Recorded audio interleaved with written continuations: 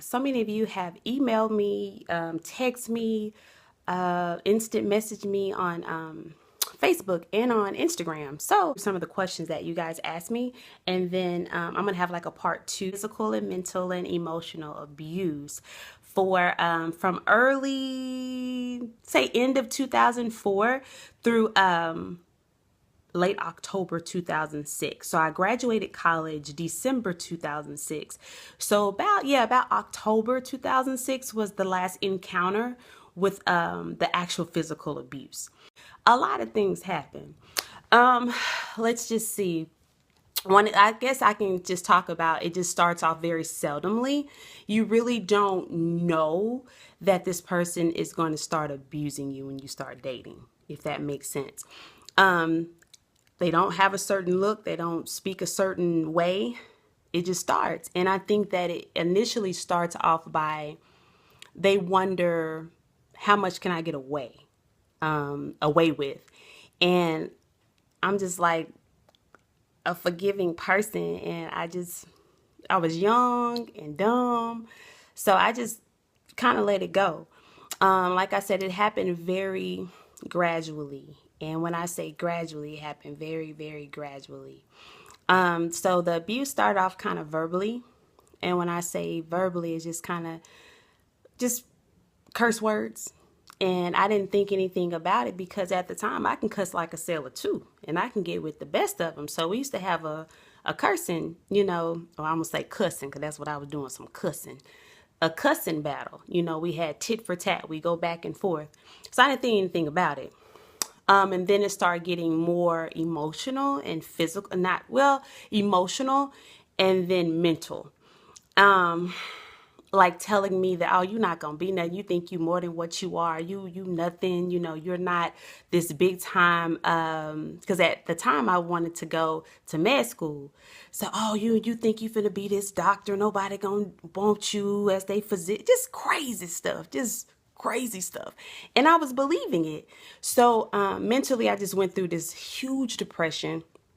Stopped going to school. So my grades plummeted. So I changed my major so I can hear him get out of school, and just started gaining weight. Just stopped because eating. Just I didn't care anymore. I felt like maybe he's right. Maybe this is who I was gonna be. So yeah, I started believing him. Then the physical abuse started. So the physical abuse was more a tap on the shoulder, and I say like a hit, like a nudge, and then it started getting more. I guess I can say more physical. Do I want to say that? More physical?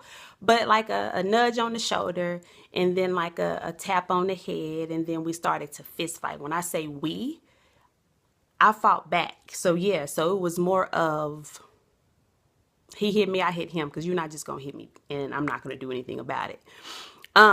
So it just turned out to be like a fist fight. So I found myself fighting with a dude on numerous occasions. So I knew the beatings were going to start by he had closed the blinds, and so no one can see in my apartment at the time. And then we get into an argument, our little tit for tat, our cussing out, our going back and forth, arguing who's right, who's wrong, what did you say, what did you do, all these different things.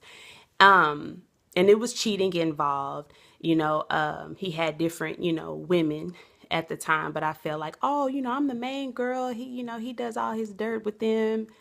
Crazy. I'm telling you, I was crazy.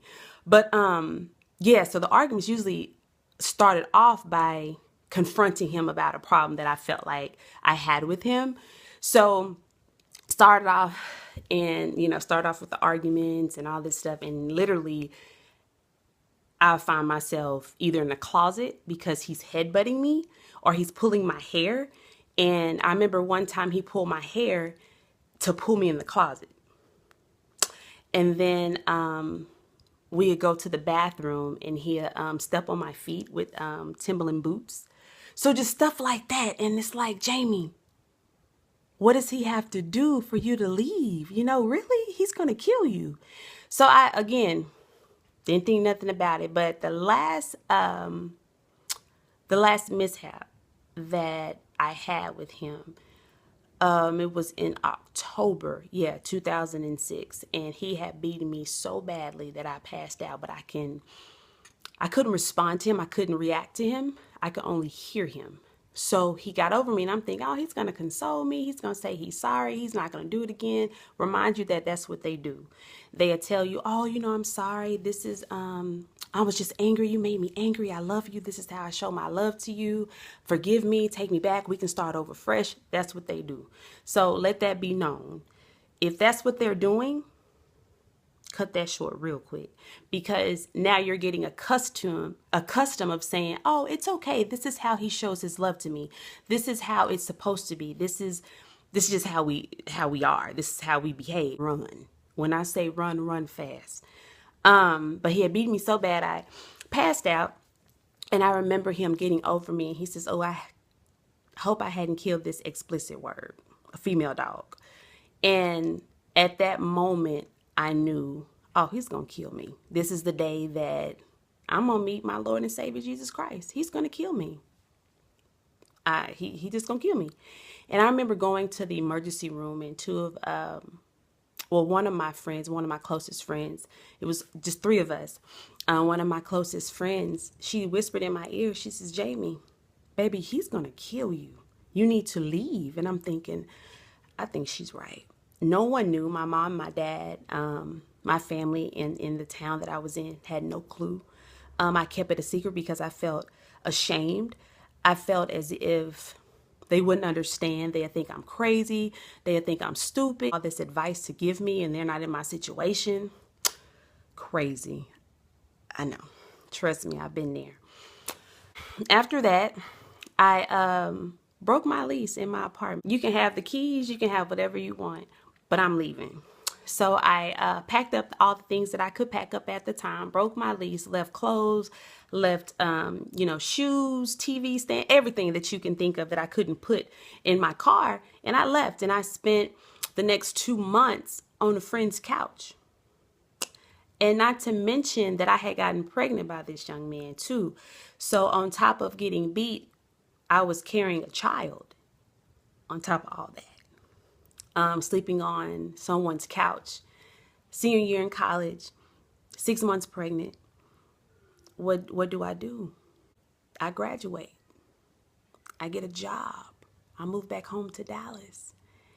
And yeah, it was crazy. A lot of people don't really know that. And that's just the two stories that I'm telling you now. No one knew. A lot of people know that my dad is law enforcement. So a lot of people are like, what, girl, you didn't call home, you didn't do this, you didn't do that. Y'all, I didn't want my dad to go to jail. I just told him I couldn't do it anymore. And I meant it that time. You don't love me. You don't love me. I just gave you a place to stay, a car to drive, food to eat.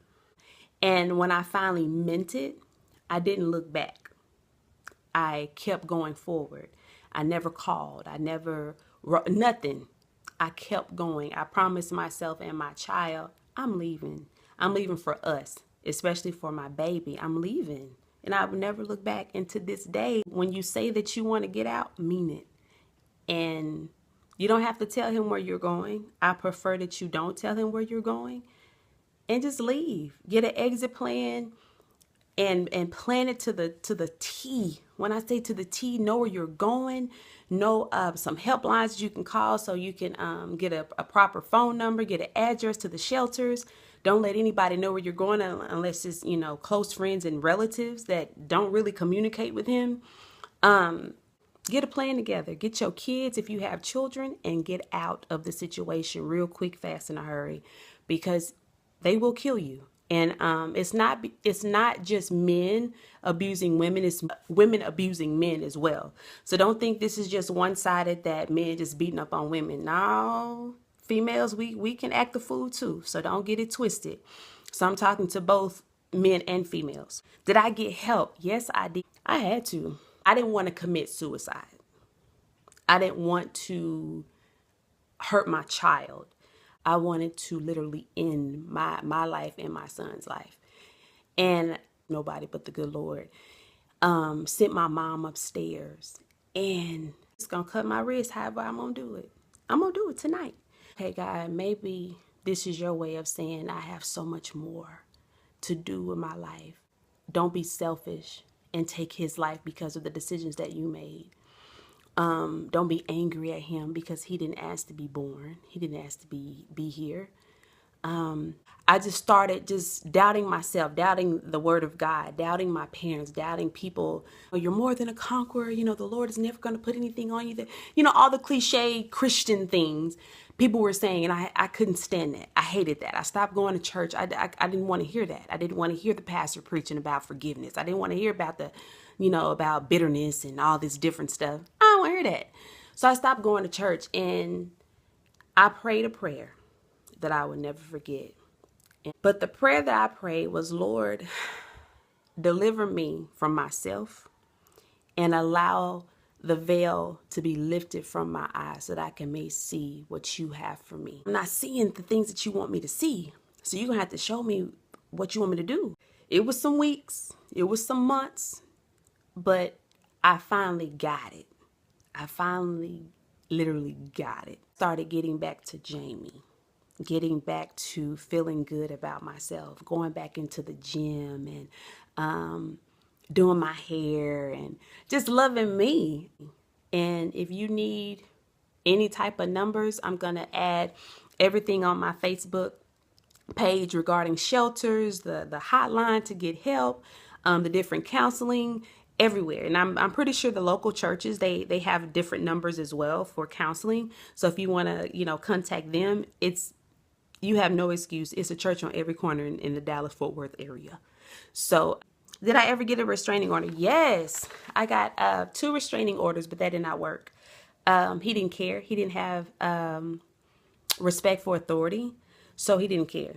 And at the time, at the small town that I was in, I don't think they cared either. It was just like, okay, a slap on the wrist, a ticket, and that was it. All in all, I'm smiling. I'm vlogging with you guys. I'm excited about this journey. You can email me, jordanjnicole@gmail.com, Facebook, Twitter, Instagram. Please get at me if you have any more questions or concerns. Alrighty, so I will talk to you guys soon and be on the lookout for the second video on domestic violence. Talk to you later. Bye.